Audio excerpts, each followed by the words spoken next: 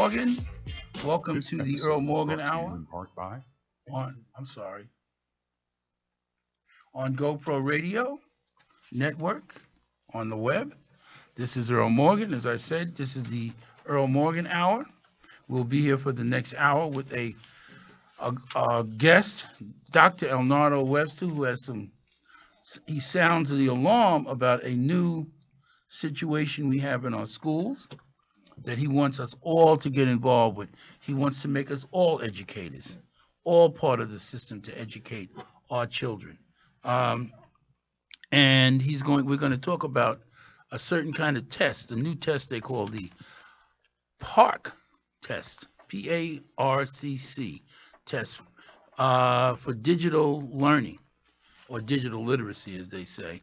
Um, but let me tell you a little bit about Dr. Webster before we get started, and then we'll let him speak for himself. Uh, well, first of all, I'll be flying solo because my guest host, Tina, the lovely and vivacious and very aggressive Tina Bland, has to be somewhere else tonight. So I'll be doing this one all by myself. I'll try to do the best I can without her. Uh, but my guest here, Dr. Elnardo Webster, is the director of the 21st Century After School Program in Jersey City.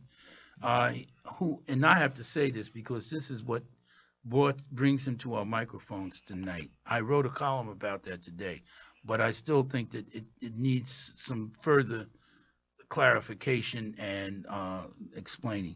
He used the occasion of the Jersey City branch NAACP annual banquet about a week ago to sound an alarm to the 400 or so movers and shakers in the room. And the room is a casino in the park in Lincoln Park in Jersey City concerning this new test, the PARCC test, that will soon be administered to Jersey City public school students, all Jersey City public school students, or is it just all of them, or just high schools? all of them, All of them. the whole state. All right.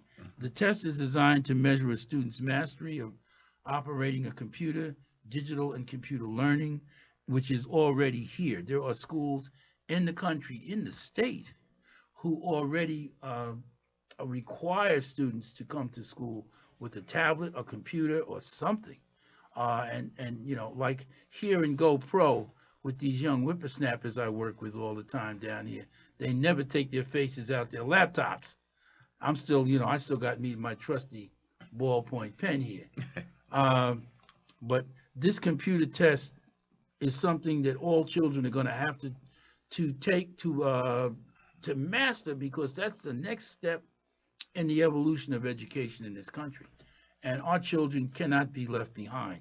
So Dr. Webster used the occasion of the banquet to do something totally different.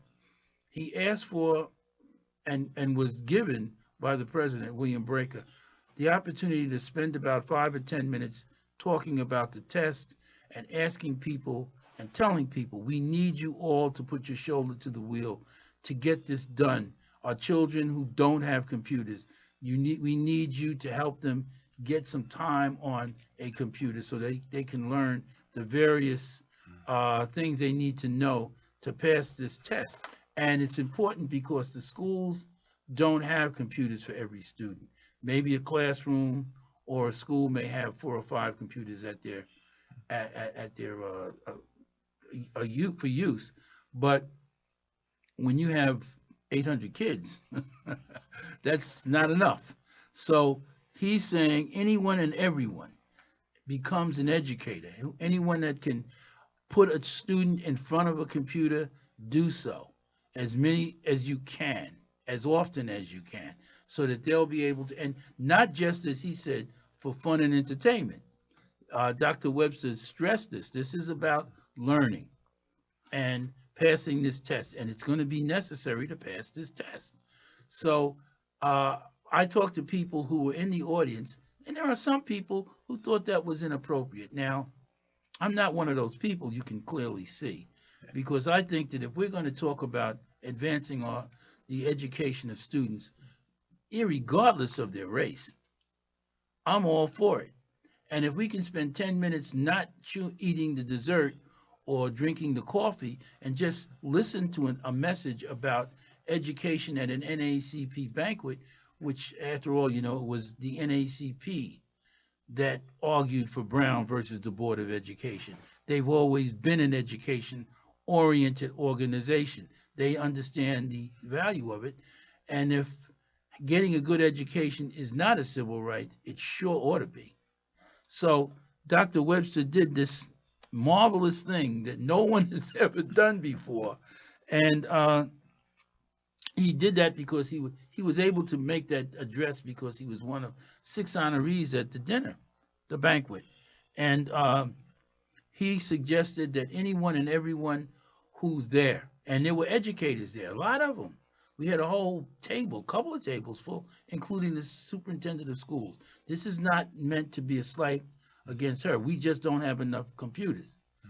We That's something we're going to have to remedy somehow, and we're going to talk about that a little bit too. But so I decided, since he's sounding the alarm, this is a good place to keep ringing that bell and sounding that alarm. Welcome to the Earl Morgan Hour, Dr. Elnardo Webster. Thank you very much. I say that Elnardo to you, but thank you for the. yes, but I say, listen, I'm always proud to Dr. Webster or Elnardo, and I literally come from the same place and the same time. Right. And we have many, many people who excelled in our generation. We were very, very fortunate. We got in and we got out of the school system before all hell broke loose. And he and his wife's family and his family, who I also know, all did have done very well thanks to the Jersey City public school system. We can say we got a great education there. Yes. Without fail. And he is a graduate of St. Peter's University, I'm sorry. Every now and then I make that slip. St. Peter's University.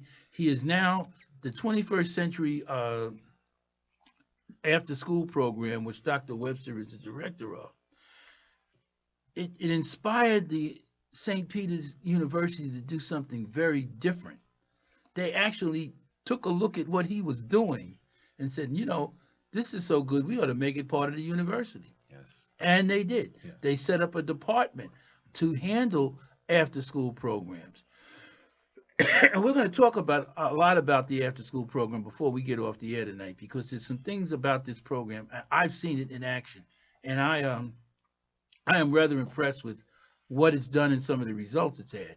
But getting back to the park test, which is why we're here tonight, I bought a copy of a handout that Dr. Webster had his interns from St. Peter's College give out at the I made sure I got one of these at the NAACP banquet, and it shows all the things that it lists everything that you need that they're going to be tested on, and it's 61 operations that you have to be able to perform on a computer.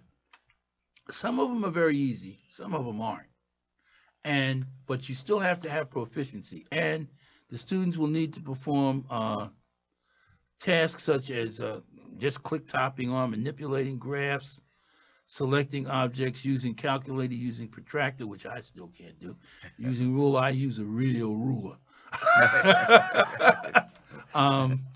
And using the video player, select and drag, unselect, cut and paste.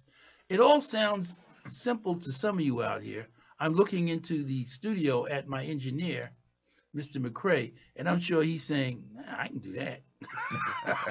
But that's because Mr. McCrae himself was a student at New Jersey State University. And yes, all those kids there will know how to do that. But we have children who are in our communities who are not well off, who don't have this opportunity. So we need to get them behind a computer. Dr. Webster, I got to tell you that my co-host here, Tanya Bland, said she was ready to jump up on a chair to tell you, I got some place they can go. So please tell us something more about the park test and your feeling that this is so important. Okay. Well, thank you for the wonderful introduction, Earl. We do go way back, and we share the same thinking as far as the commitment to the community, and certainly that's what drove me to make the presentation at the NAACP banquet. I'm involved with the elementary schools. I have the office, the Castle office at St. Peter's University, the Center for After School and Expanded Learning. And in that office, we have a couple of grants and contracts that we work with after school. We work with different schools throughout Jersey City. But anyway, 3 years ago, the New Jersey Department of Education um, let the communities know that we're going to change the way we assess our students. Okay, traditionally we assessed our students by using a pen or a pencil and the bubble sheets. Yes. And that's always been the way the students have been tested. Since No Child Left Behind, anyway. Exactly. Since no child left. And now they what they've done is they've revolutionized, in my opinion, the way the students are going to be tested. Now the students are going to be tested. They're going to use a computer-based assessment. Once a year, all of the students in the state of New Jersey take a state assessment, but this one is now going to be computer-based. So that's the first phase of our discussion. The fact that now students are going to have to take a test on a computer. That's what computer-based really means. E- They're going to have to sit at a computer and be tested on their proficiency on the computer, on the Exactly. use of the machine. Right. So now it behooves us to look at the impact of this new testing procedure on a typical urban community. Um, Typically, in an urban community, a school will have a classroom which has two or three computers, and students are rotated through the use in the classroom of those two or three computers. I would think they would need 20, at least 20 computers in each classroom, one for each student. And what else a school has is they have their computer labs, and students are rotated through the computer labs. And that's based on the resources that a district or a school has. They're maximizing the use of their computers with the students there. However, it's not enough. Other districts outside of the urban districts have all been giving, they've been giving their students in those outside suburban districts, they've been giving them laptops and iPads from the last couple of years, getting them ready and getting them used to manipulating an iPad or laptop for the state assessment, and their daily lessons are all driven off of laptops. No more do they have the textbooks. It's all computer based now.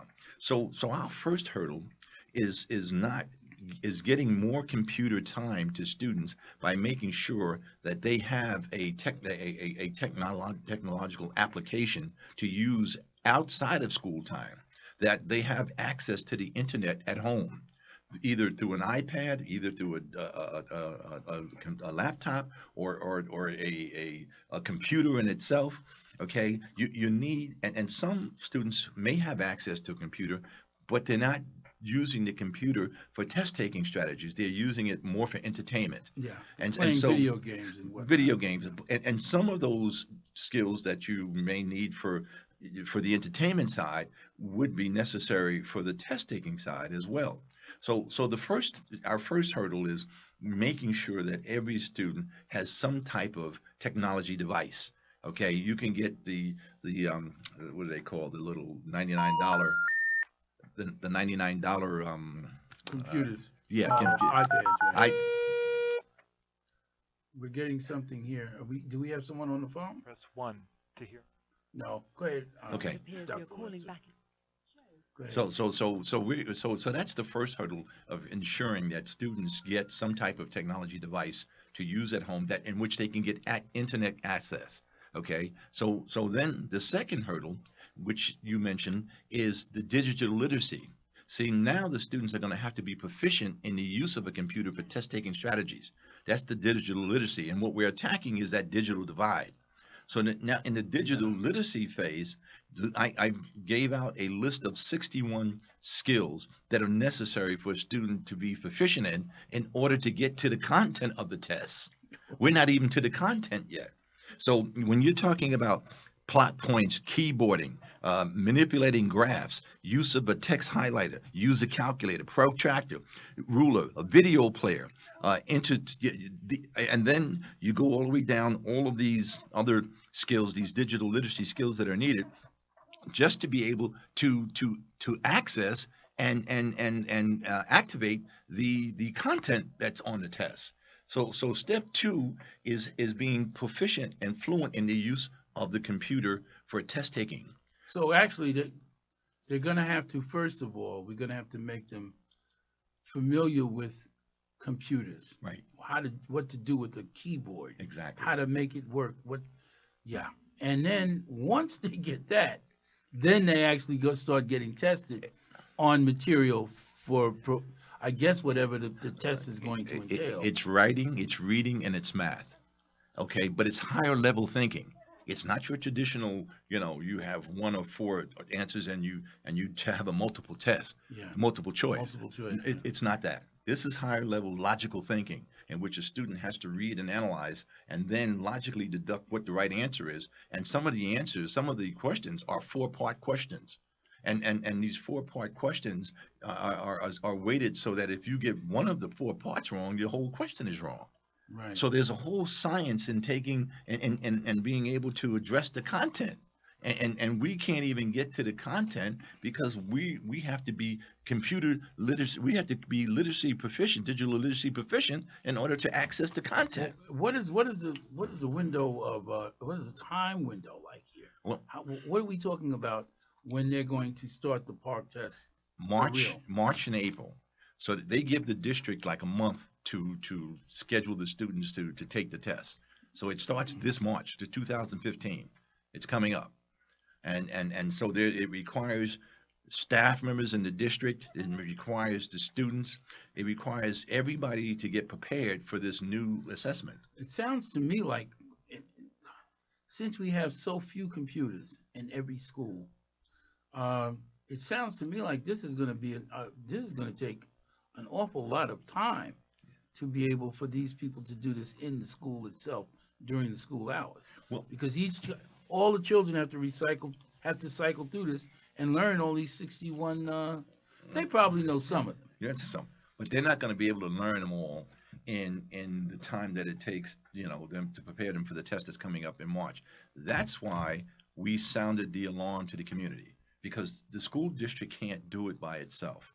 They need, and for me, not unless somebody drops about $3 million on them. Right.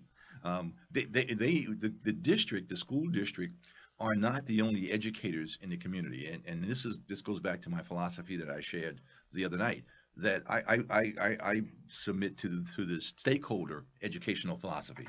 And stakeholders in the community are, the government, the churches, families, nonprofit organizations.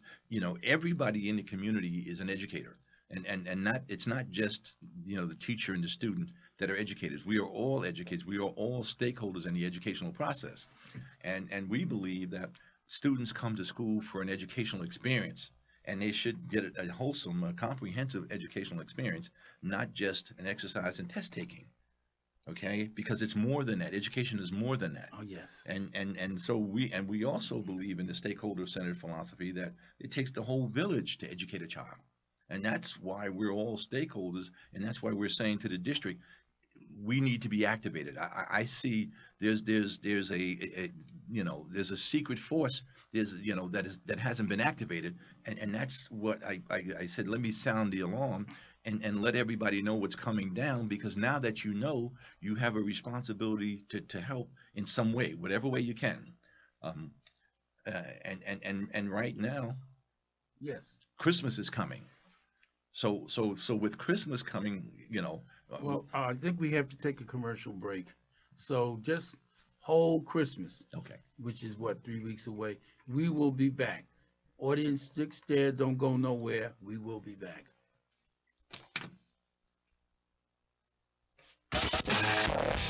You're listening to content developed by the GoPro Radio Network, the fastest growing network in the galaxy. GoPro Radio Network. Listen to the voices in your head. This episode is brought to you in part by independent insurance agent H. Roscoe Taylor Jr., business accountant.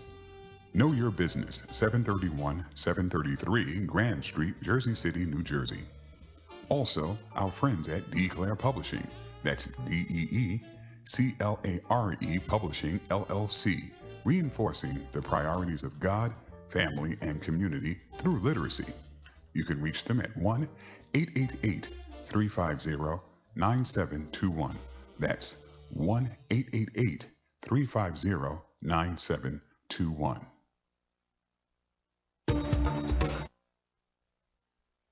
Why are you paying for radio? Are you serious? GoPro Radio offers content for free. Go to www.goproradio.com and listen to original, irreverent, and exceptional talk shows. It's free. Go to www.goproradio.com now. It's that simple and free. www.goproradio.com. Listen to the voices in your head. Oh, You're listening to content developed by the GoPro Radio Network, the fastest growing network in the galaxy. GoPro Radio Network. Listen to the voices in your head. Okay, we're back. This is Earl Morgan on the Earl Morgan Hour. I'm here with Dr. Elnardo Webster, who is explaining the PARC test, which is the digital literacy test that all students in the state are going to have to take. They're going to have to become computer literate. We're moving into another thing, and they're pushing and urging everybody to become computer literate. We knew this was coming. Right. It's here. It's here. So you were saying about Christmas. Yes. And buying what gifts. Well, the holiday season is coming in, and Christmas is, the heart, the basis of the holiday season. And then during that time, we buy a lot of gifts and presents for our loved ones.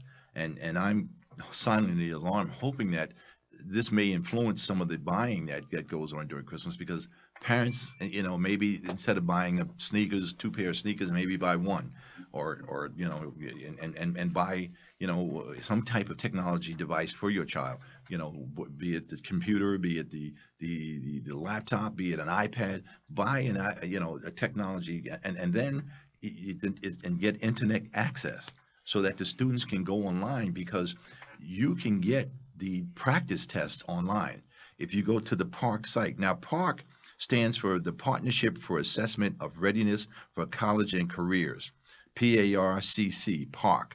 It might sound as if we're saying PARK, but we're really saying PARCC, PARC. And we have the website, the PARC website. It's the PARCC website, and you can go on that PARC website and get a practice test.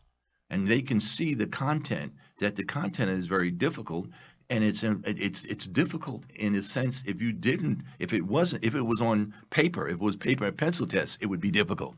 But imagine it's on a computer that you have to have all of these skills, these digital skills, in order to get to the content. So now it's doubly difficult. Now this PARC test is significant because this is how our children are rated. This is how they're evaluated. Their state test scores determines their grade level. It determines the school's, status, and it determines whether or not a community is a failing community. All of that negative stigma that comes along with test scores, that's those state mandated high stake tests, assessments, are embedded in this new state test. So it's a very serious application that they're using, and we as a community have to take on this challenge to assist the Jersey City Board of Education, because we're in Jersey City, but all districts need to assist the district in trying to tackle this massive challenge that's coming on. Because when the test scores come out and they're compared, Jersey City is compared to Short Hills, say, they're not going to say, well, these students are less fortunate or disadvantaged than these students, and they don't have the computers at home or internet. They're just going to say these students did very poorly compared to these students. They're going to be graded on the figures. Exactly. And test scores. And it's not fair to get that kind of a label and that kind of a stigma, without fighting for. One of the things you mentioned when you were speaking at the banquet, and you said, and the way that you urged people to do it, you said churches that have computers, Yes. Anyone that has them, please give the students a chance, the children a chance to get on those computers. And if there is, as a matter of fact, um, the handout that you gave out at the banquet tells you what you need to know. Exactly. And now that you're telling us that there's a site on which the practice test is, it even gives you even more of a shot at passing it. Yes. And if a student can spend maybe an hour or two a day working, figuring out how to do this, it will help mightily. Now, there are some students that know how to do this already. I mean, obviously. My grandsons tell me they've done this and it's no problem. Right. But they're in the academic high school and that's a whole other story. You know. Right. But kids that are in schools that have difficulties and a lot of failing kids and maybe some single parent families are not as fortunate. The other thing I wanted to ask you though is that internet access is that is what makes the digital divide such a digital divide. Exactly. Now, if you own, everybody has cable. Right. The poorest households in Jersey City probably have cable, Right. which means that they're dealing with either Verizon or Comcast in our town. Mm-hmm. They're the only ones who do it. Right. And you can get access through your cable company. True. You can get, but you got to pay for it a little bit. I'm sure some people have it maybe with their phones and with their cable service, but you can get digital access through that, and that's important because even if you have an iPad, you still I've got one, but I've also got a laptop, and my laptop automatically gives me Wi-Fi any place in my house. Right. I've got 3 floors. I can go any place in there, even on the back porch, Right. and work with it so we have to talk about possibly urging parents, and this is why I wanted to get tonight, because I wrote a column about this, but that isn't enough space there to talk about this. We're talking about getting people up above the digital divide, on the other side of it, to urge them to get Wi-Fi for their children, if for no other reason. Exactly. And you can get that with Comcast. I think Comcast has a special program. Yes, they do. I don't know all the parameters of that program, Right. but I'm sure that if you get in touch with Comcast Cable, they'll tell you what you need to know, probably provide you with the computer, Right. And sell it to you if nothing else, so that they can. The other thing that I thought about in this, Elnardo, and my co-host who isn't here tonight, Gina Bland, who has this excellent thing that she can extrapolate stuff. That you think of something, she takes it to another level. She talked about writing grants to Apple, Computer, or whoever else you got to write to, Microsoft. Yes. These guys who have billions of dollars. I mean, literally, they got more money than some. Actually, what's his name? Gates has more money than some countries. Right.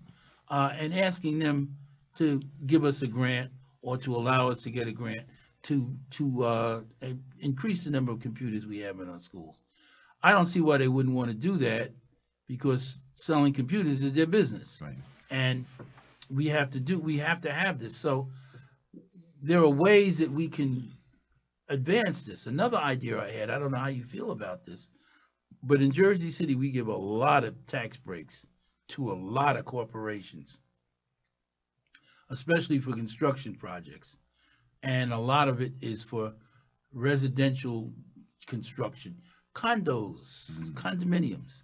Condominiums do not pay school taxes. They're exempted from that. That means if they have children in the school system, they're not contributing to that.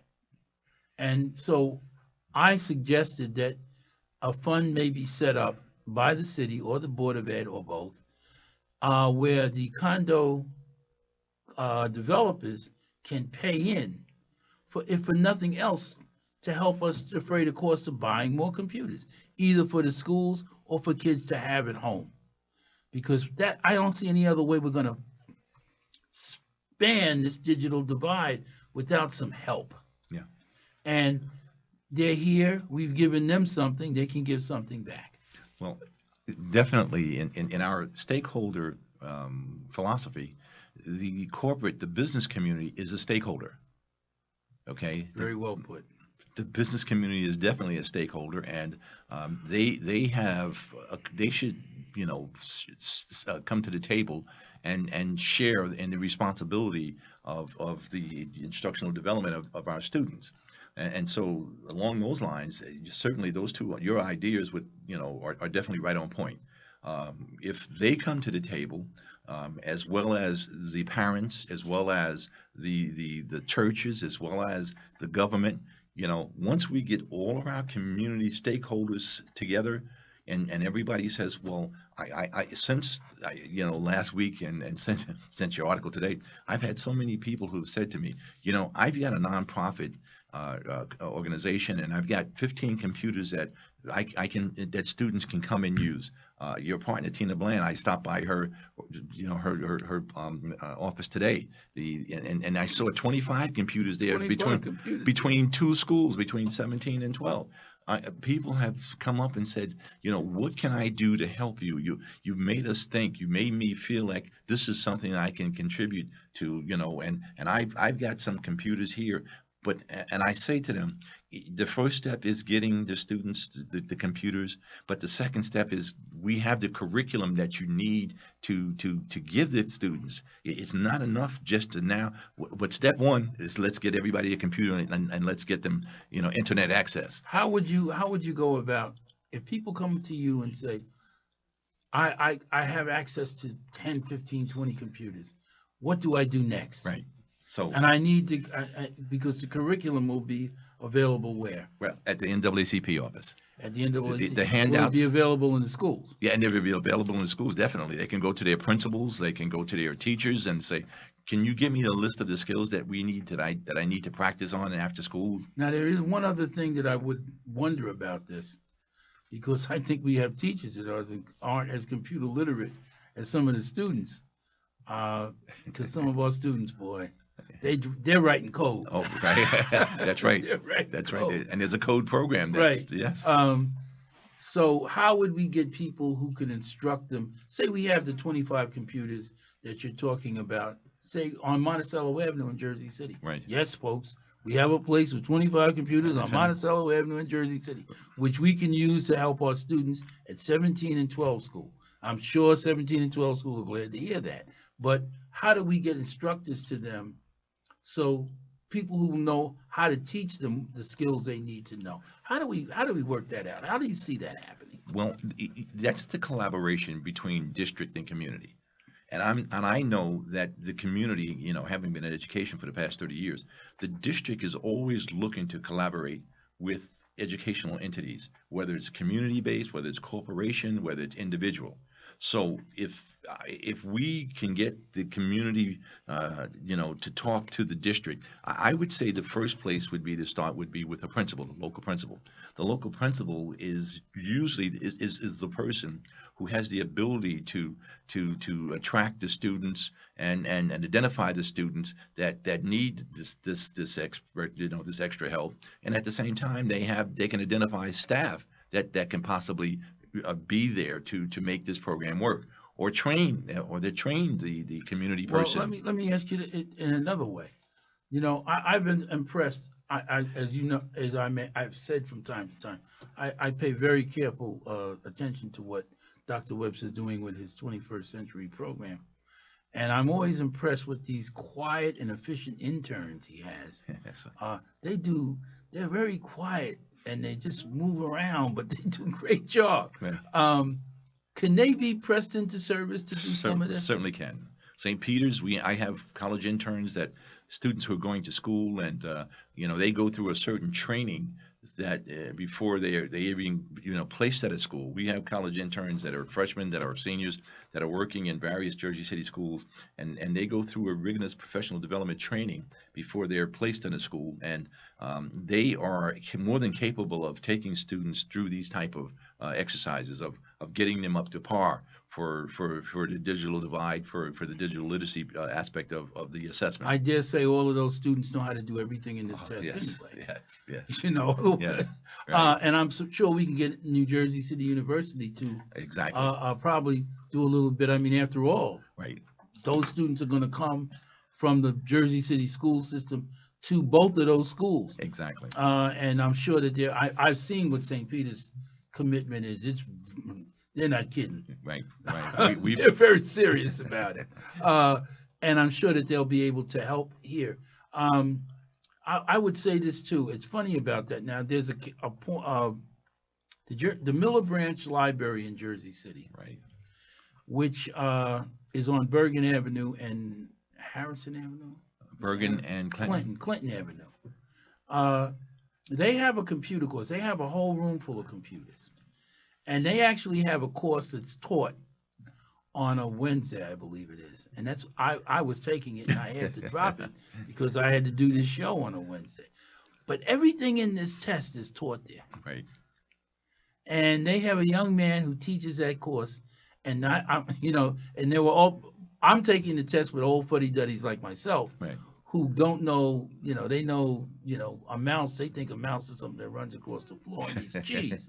So they're learning about it, but they can teach this stuff to these kids, and kids are there. Right. I see students using the computer room, but this would be a way to make sure that we even get more use of it that way.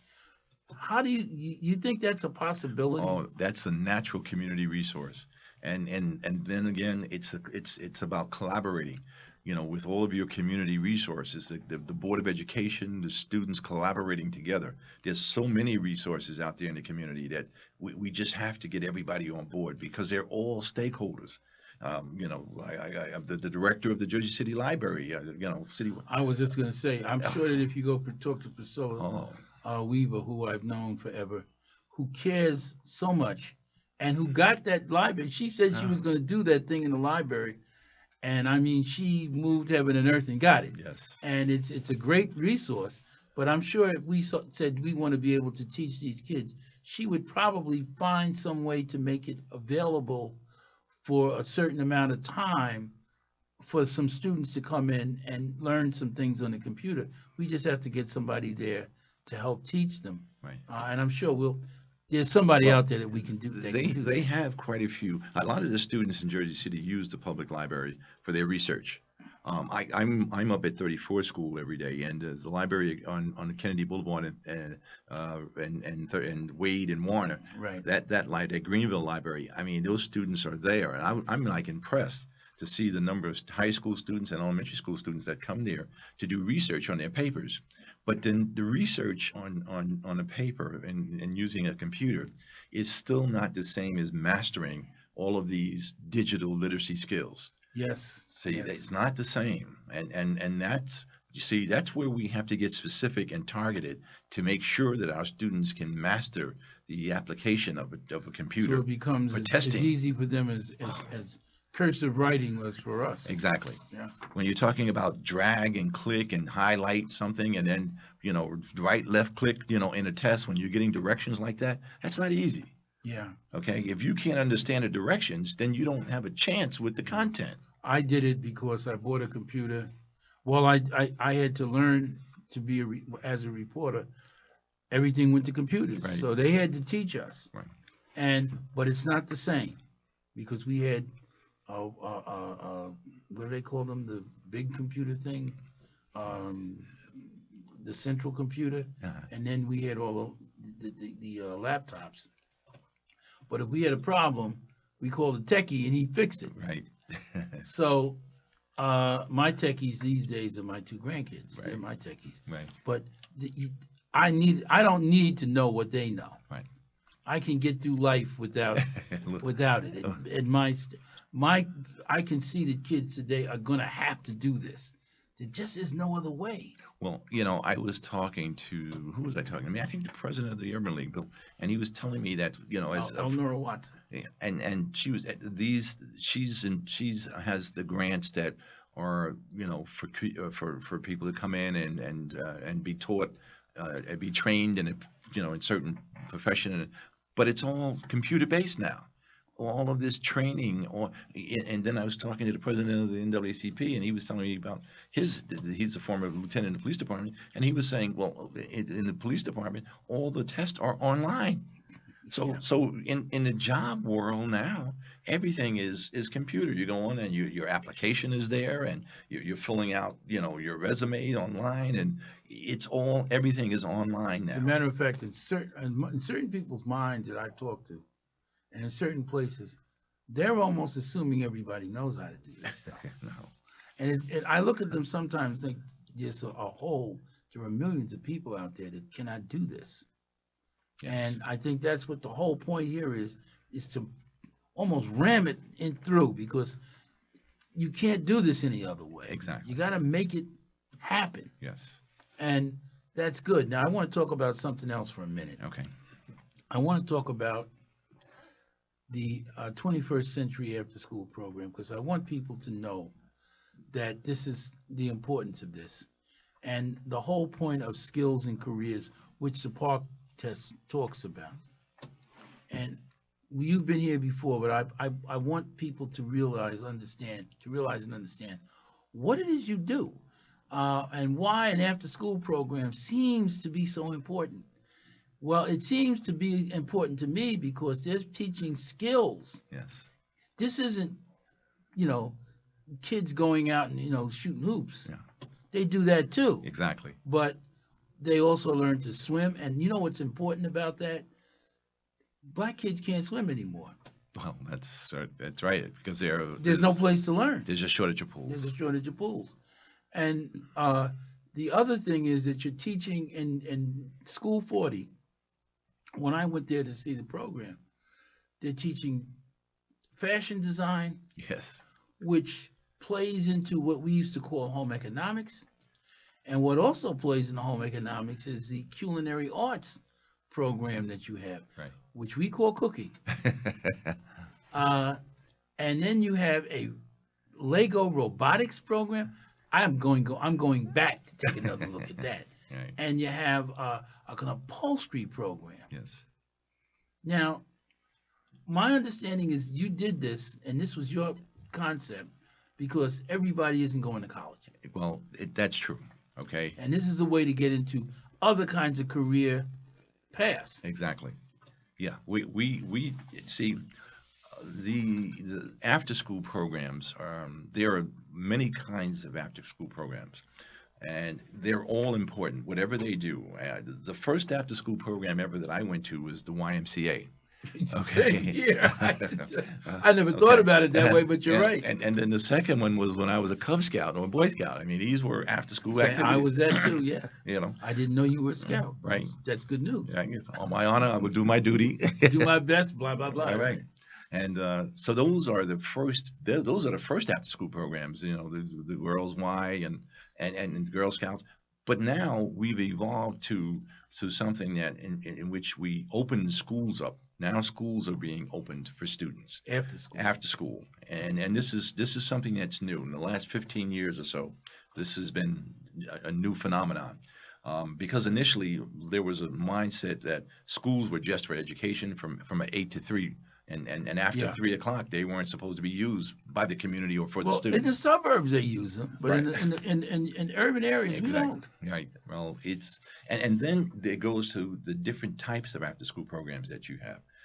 I was an administrator of after-school programs in Newark for the Newark Public Schools, and I had an opportunity there to grow a district from 5 after-school programs to 75 after schools that had after school programs from 3 p.m. to 6.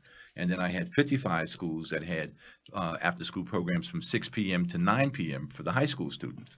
So coming out of that kind of a movement, and then retiring and then going on and then retiring and coming back to my hometown, Jersey City, I was able to talk to St. Peter's about the importance. We're gonna have to take a break. Okay. So just put a pin in that. Okay. Hold on to it. Audience, don't go anywhere, because we're going to talk a lot about these after-school programs and about how successful they've been and some of the amazing things they've done. Thank you. We'll be back. You're listening to content developed by the GoPro Radio Network, the fastest growing network in the galaxy. GoPro Radio Network.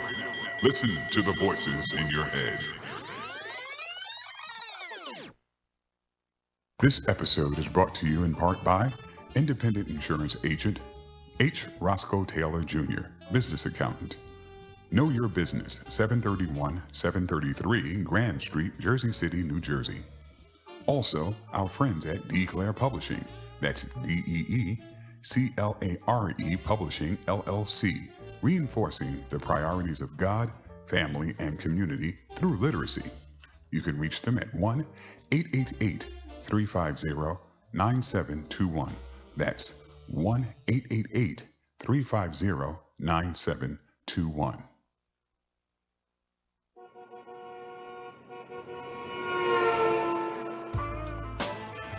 We interrupt this broadcast to bring you a great opportunity.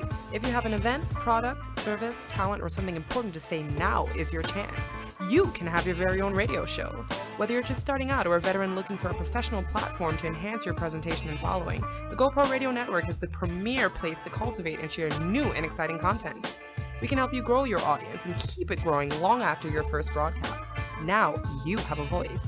Call 212-696-8562 or visit www.goproradio.com and you'll be amazed at how easy and affordable it is to have your very own professional radio show on the fastest growing network in the galaxy. GoPro Radio Network. Listen to the voices in your head.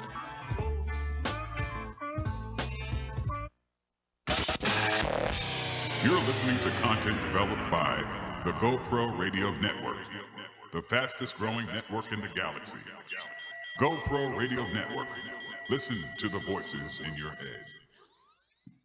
All right, this is Earl Morgan of the Earl Morgan Hour. I'm flying solo tonight. My co-host, Genia Bland, had to be somewhere else. She'll be back next week. But we're here with Dr. Elnardo Webster, and we're talking about after-school programs and the park digital literacy assessment program, which all of the students in the state are going to have to pass, which is designed to bring them up to snuff on the use and manipulation of a computer. And they're going to have to learn this. They're just going to have to learn this. Yes. But right now we're talking about the 21st century after school program that Dr. Webster is administrator of, and how that's working. So and we left off before the break talking about some aspects of that. So could you pick it up, please? Okay, and you had described about the 40 school 21st century grant. Jersey City has, I think, 4 21st century grants. One is St. Peter's has it, and we have that at 34 school. And we also co-partner with the Jersey City Board of Education's 21st century grant at 40 school. And there we have probably the most ideal after-school program you could have, because it's a combination of academics and career activities. The title of it is Destination College and Career Readiness. That's the title and the theme of their after-school. And this is an elementary school. This is a middle school. A middle school. A middle school. I never understood the difference, but go ahead. Well, the middle school is just grades 6, 7, and 8. Yeah, I know. So I mean, but the reason why the 40 school is probably the best, the most outstanding after-school 21st century programs that you could find in the state or in the country is they are fortunate enough to have a pool. They have a brand new $100,000 fitness center. They also have a culinary arts room. They also have a fashion design room with 20 sewing machines. They have a computer lab with all the Apple computers.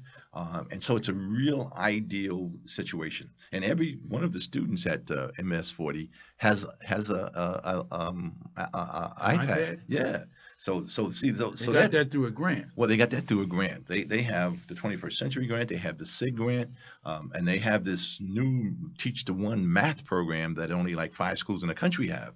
So that school is cutting edge and is probably the best example of what a healthy after-school program could be, because the students are there till 6:30, and as you know, when you visited, they're not ready to. Chase them out. You got to chase them out. Chase them out. They don't want to go home. When kids are happy, they want to stay in school. You know, there's something special. Yeah, if you want to stay in school, that's unusual. Right. Believe me, I remember. But what we try to do, what the 21st Century Grant does, and those are dollars that are coming from the New Jersey Department of Education. and that's 21st Century is an after-school grant that allows you to have what we call the Cadillac model of after-school programs, because it gives you the ability to develop a comprehensive model. It's not just academics, it's not just recreation, and it's not just enrichment. It combines. It's a fusion of all of them. All three are fused together. So you're getting the hour It's and hour.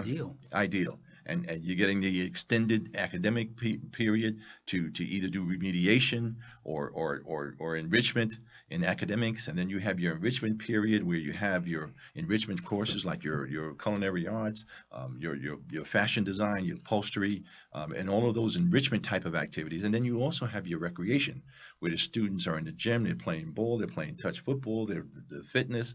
So it's a combination. And they can also do robotics And robotics. or Enrichment. or sewing or upholstery. Exactly. So they get a chance to have those experiences, and that's a wholesome after school program. Plus, you're talking about skills now. Yeah. With fashion design, it Right. doesn't necessarily take a 4-year BA. No. You might want to go to the Fashion Institute in New York. Exactly. But it doesn't take a 4-year BA. And you're talking about upholstery, which doesn't take a BA at all. Okay. But we got to reupholster our couch at home, and I tell you, it costs some money. Right. I mean, it's a good lucrative, and culinary arts. I think of all those restaurants that have opened up downtown Jersey City. They're going to need cooks Yes. Yes. and chefs. And students love these courses. We have a high school that we're, kind of set up now to be a feeder to. Lincoln High School has the culinary arts and the upholstery and the fashion design and some. Lincoln has that now? Yeah, Lincoln. Yeah, let me say this to my audience. Yes. This is important because, see, I got this thing I think that Dr. Webster's done. See, this is all sounding very cutting edge, and it is. But Dr. Webster really reached back to the days we were in school, because they took all the shops out of all of the elementary schools and high schools and created a school for all of that, which cannot accommodate all the students in the city. So only certain ones get to go. And a kid will never know if he's any good as a carpenter or plumber, because he never gets a chance to do any of that. Exactly. So that's what we got. Right. I get the feeling that you just sort of said, let me rework that. Exactly. That's my experience, you see. Well, yes. And, Shows that experience counts. right. And today, I mean, whether you're a college professor or a plumber, I mean, they're both equally, important in our community. Well, not only that, The but if you're a trades. plumber, you're probably making more than a college professor. Exactly. And a lot of our students are very talented and very gifted.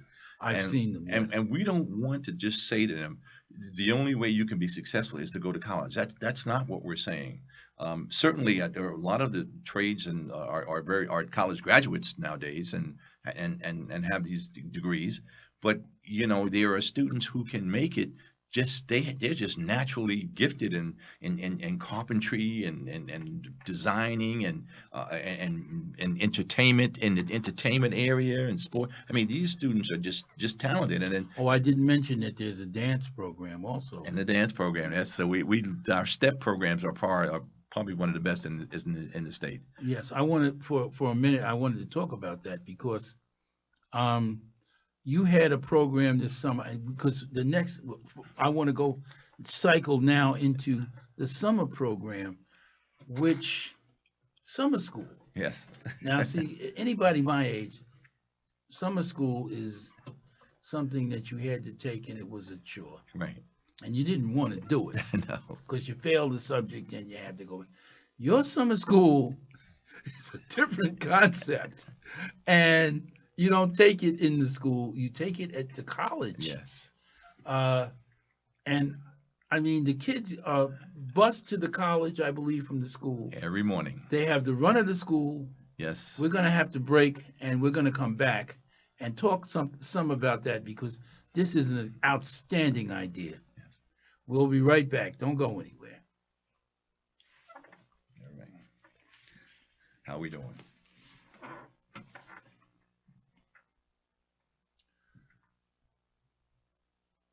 GoPro Radio Network. Listen to the voices in your head.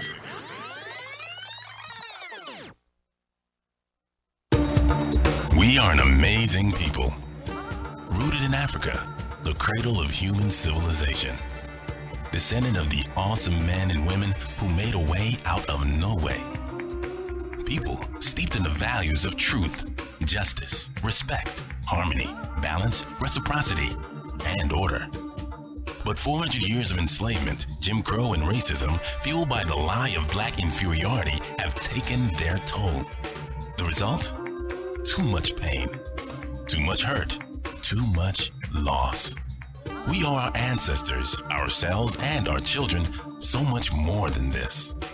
Join the movement for emotional emancipation, healing, and wellness for Black people.